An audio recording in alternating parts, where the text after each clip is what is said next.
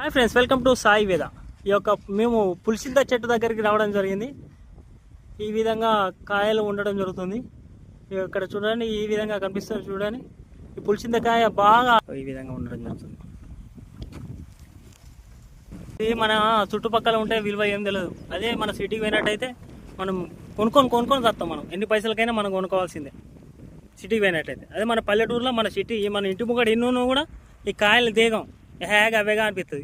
మనం లేనప్పుడు తినబుద్ధి అవుతుంది. ఫ్రెండ్స్, ఈ విధంగా మన పులిసింతకాయలు ఈ విధంగా ఉండడం జరుగుతుంది. ఇది పర్ఫెక్ట్ మంచిగా వండినట్టు. ఇది ఇట్లున్నదంటే మంచిగా కాయ తినడానికి అర్థం అన్నట్టు, తినడానికి ఓకే. ఇవన్నీ మేము కాయలు తెంపడం జరిగింది.